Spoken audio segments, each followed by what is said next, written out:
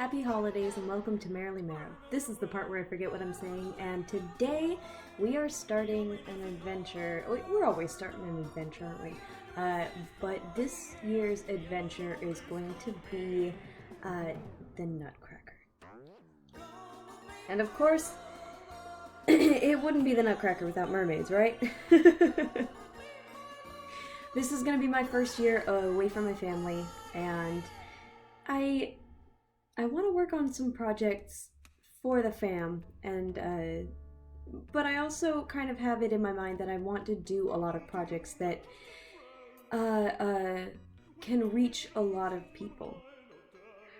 I guess this is going to be my first year celebrating the holidays kind of away from my family, and today is Thanksgiving, and so I'm dolled up for a 11-hour day at work, and trying to figure out how I'm going to get home for Christmas without losing my job. But we'll get there when we get there. Thanksgiving first.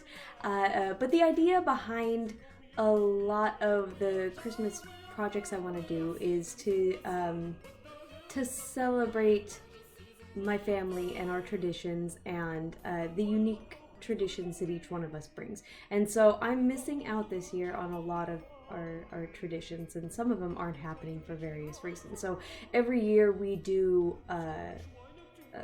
on my mom's side, we get together and we do a cookie party.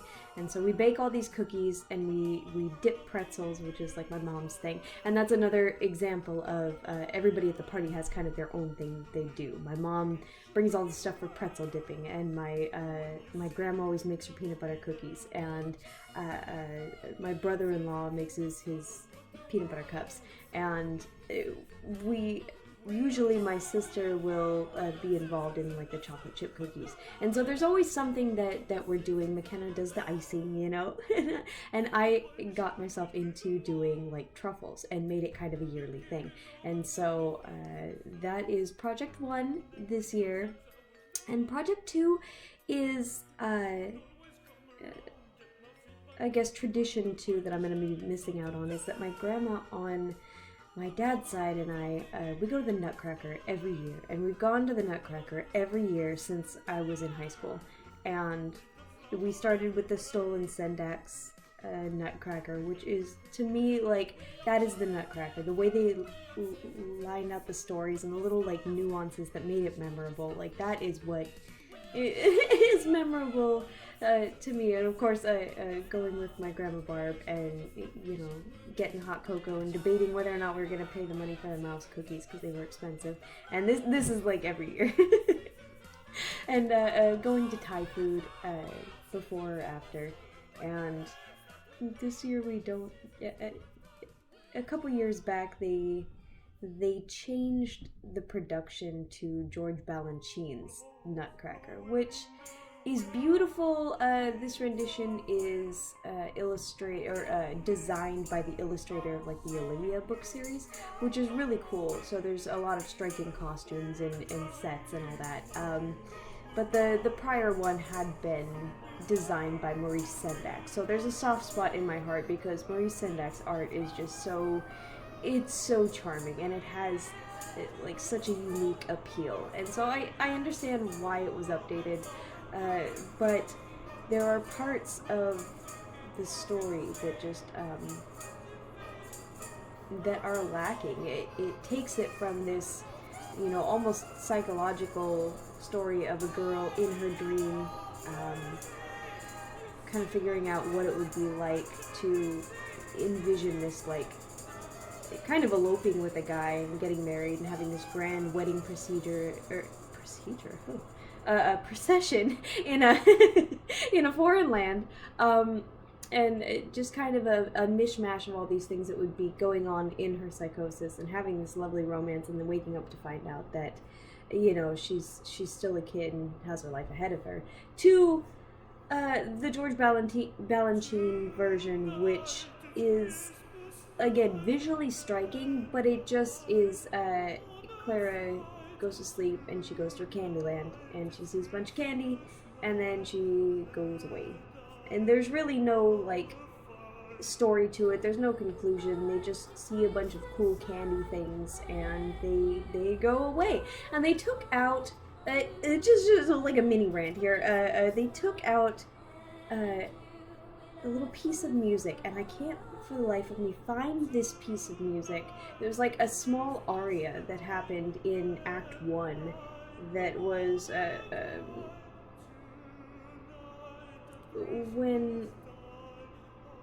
See, and all these little things that they took out, in Act 1, in the prior version, they had a scene where her Uncle Drosselmeyer tells a story of like a princess who was charmed and turned into some sort of a monster, and it kind of like freaks her out a little bit. But they play this lovely aria in that act, and they took that out in the new version, so it's just Tchaikovsky's music, and that's fine. It's good music, but it just, like, those little touches that were missing. And so I mention these things because it is the spirit of what I'm feeling this year. It is going to be Christmas, and it is going to be just the holidays, but those little touches are missing. And those little traditions are without those, it's just not quite the same. So with my Christmas projects this year, I want to evoke that. I want to bring that back and find my own unique way of preserving it. So the confections will be in a different video, but this video I wanted to kind of show how I'm putting together my tribute to the Nutcracker through mermaiding.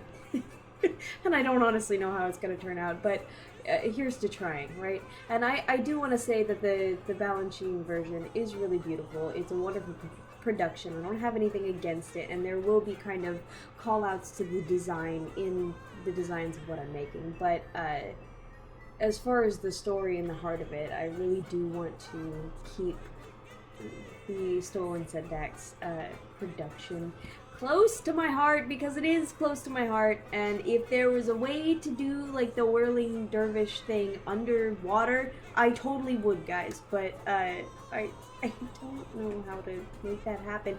And the other thing that is worth mentioning is it is the 25th of November, and I was really hoping to put most of my effort and spare time into making Christmas presents for my family. So it was ideally supposed to be a project that I could complete by November and have ready to go. But the design part of it and figuring out exactly what I was going to do took a little bit longer, and you know, I did have a couple of days where I slept in, and I can't blame it on anyone but myself, but it turned out to be a bigger project than I originally anticipated. So I'm going to still go through with it and hope that I'm able to make something special and something that I can share with the people I love and share with anybody who needs a little bit of magic this season, because I think we all do. People talked a lot of crap about how 2020 was like a bad year, but it was a good year and an awakening year for a lot of people. A lot of people learned new skills, a lot of people had great experiences, a lot of people got to spend more time with their family, and 2021 was a massive year of abundance, but it was also like a massive overhaul. And I don't know if a lot of people are feeling that, but I, like, in my own, like, psychologically and physically and everything, going from working a job that I've worked at for 5 years, a town that I've lived in for 7 years, you know, and everything I was comfortable with, everything I knew, and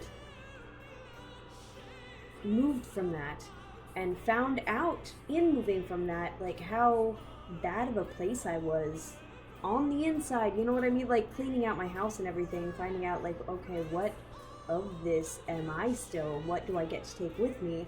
And realizing that I'm living in, like, literally 40 I can't get over this. 40 trash bags full of garbage that was in my house. This was basically a one-bedroom apartment. It was a 2-bedroom, but my roommate lived in the other bedroom and bathroom. So it basically a 1-bedroom apartment with 40 bags of garbage, of things that, like, it's immense. And realizing that that is, like, how you've been living your life, it jump-started a lot of self-work that needed to be done. And I feel like there have been massive improvements, but I am also still left with some of the bad habits that I had.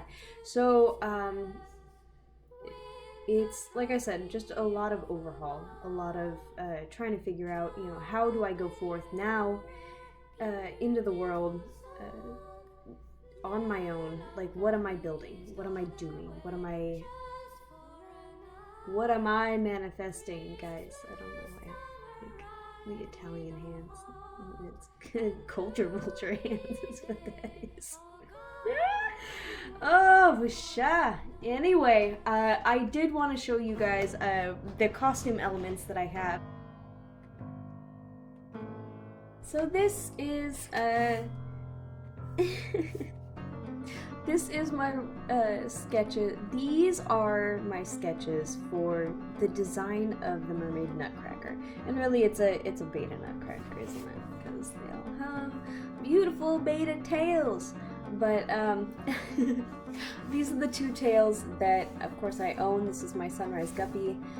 This is what I was hoping to be able to paint the Amazon tail to look like, and the general outfit. So I have all this stuff. This belly dancing gear is also in my storage. But we have here kind of some of the main acts. We've got, of course, Clara, who's going to be designed a bit more like the Clara in the Balanchine version. I like that black, white, and red aesthetic. It's so goth and so classic, and I already have the tights and all the outfits, so what do you want? This is, I always called her the peacock, but I guess it's only the Stolen Sendax version that really makes her a peacock. She's the coffee princess, which of course I would like that, but she's just an Arabian princess. One thing that I really miss from the Stolen Sendax version is that she was a peacock, and she came out of her cage and would do, like, this dance that I can't even describe. It's not quite twerking, but it's ballet twerking, if there were a thing. But the dance would involve, like, she would shimmy her tail in a way where it was almost belly dancing, but then it would make, like, the little peacock tail move. And now she's just kind of, now she's kind of just an Arabian princess. It's an interesting thing, but it's not the same. It's not the bloody same. So I'm making her a peacock, guys. Here, of course, we have the Sugar Plum Fairy, and the designs are going to be a little bit different as I'm actually making the costumes, of course. But so the Sugar Plum Fairy is going to have the headpiece that Dewdrop has, and Dewdrop is going to be more gold than silver, and Dewdrop is like the main fairy that dances with, in, I guess, the forest. This is a horrible description. I'm working on getting the costume together, and it's gonna be, the bra is going to be the purple that they use on the Sugar Plum fairy in the, keeping them straight, in the Balanchine version, whereas the tail is going to be the Sugar Plum from the Stolen Sendax version. So I hope that's gonna mesh. It might look crazy, but we'll get it done. And then, of course, I have a headpiece that I used last year in my Leavenworth shoot.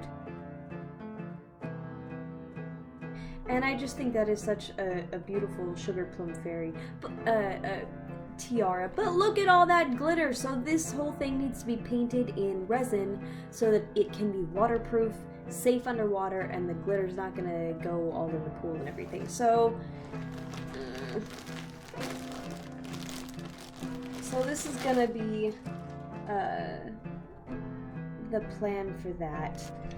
For the Coffee Princess, I don't have her, like I said, her belly dancing stuff. It's all in shades of gold and white. And so it's got gold beads that hang off like a kind of a white, shimmery, who's a what's it.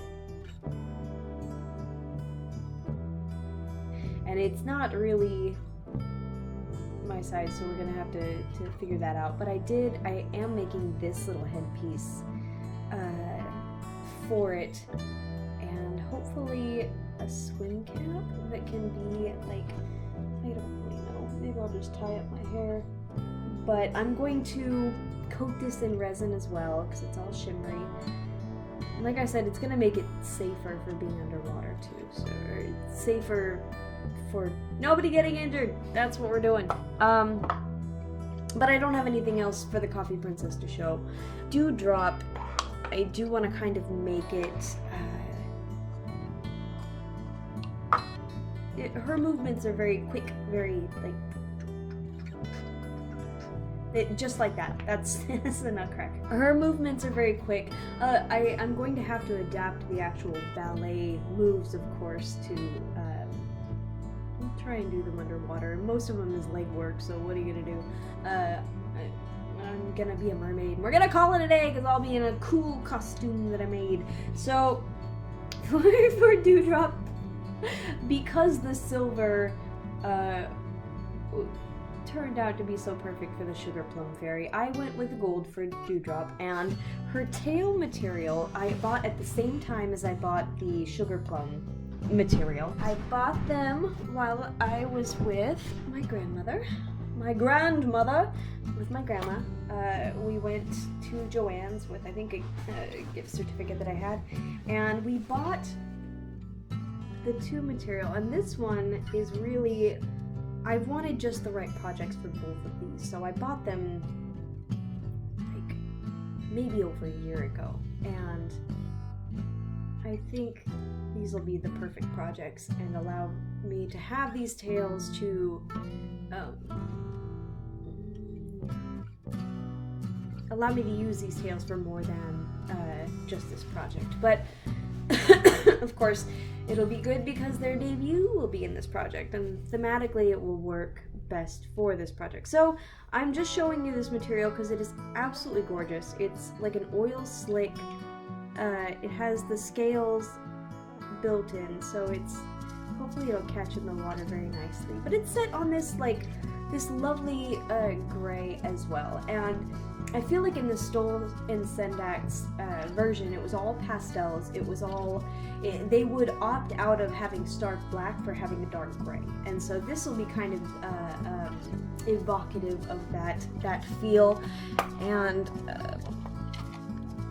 I'm going to echo some of like the lattice work that they have in some of the set designs in, yes, this is a coconut bra that I bought at the dollar store, judge me if you will, but so it's a coconut bra I bought at the dollar store that I had left over from another shoot, and cupcake lattices. Yep, these are from Cupcake Decor. So I hot glued them onto here, but I think it's quite lovely. It's neither here nor there. But the crown is going to match. We're going to do that in resin as well. I know it probably doesn't show up too well here, but I think it is going to be a very nice, delicate piece. This one's more going to be like a crown to sit on top of a bun or something like that. But it has that, Dewdrop's outfit is kind of smaller, shorter, more compact, I guess. And she usually has like a little teeny crown and the who's and what's it. So it's going to be a smaller tail, not as much of the grand flourish as the Sugar Plum. And the Sugar Plum, I do kind of, like, I know it's a little silvery and snowy and stuff like that, but I do like the candy element because the Sugar Plums are literal candy. And so I don't know how to incorporate that yet. I haven't figured out how I want to incorporate that yet. Hopefully, I'm really, really hoping that this can turn out to be something memorable, something that isn't just self-serving, something that is able to reach the hearts of a lot of people, or some people, any people. I hope it makes you feel a thing. That's what I want. Alright, more updates soon. Thank you for joining me. Alright, here is my progress on the Sugar Plum Fairy costume. I've been working on the railroad. I have not worked on the railroad, but I did go to the dollar store and get a couple of little like styrofoam glittery balls, and I have embellished. So the original like poof balls I had on there, I turned them into peppermints and put these other kind of pink and sugar plummy looking balls on there, so it looks more like, you know, a wintry candy type of thing. And I have also embellished the crown. I was kind of hesitant to do this because I was like, well, if you keep it all silver, you can use it for various projects, but I only use this at Christmas time anyway, so I'd rather have it be well made and thematically on point. So we have some of the little peppermints in there as well. They're not as visible on the crown, but I really like the way the crown turned out. So we're going to paint this with resin, and I don't really know what the reality of that is going to look like in the final product, but it's going to at very least seal in all of this glitter, and I like the look of it. I'm gonna have my hair up there, so I made this little thing, and I'm hoping that it doesn't fall apart. So I'm gonna have it as like a little bun cover, you know, because you gotta have the ballet bun, but it's gonna have that pink and white lace material that the tail also has. So it should be very colorful and festive. On the road.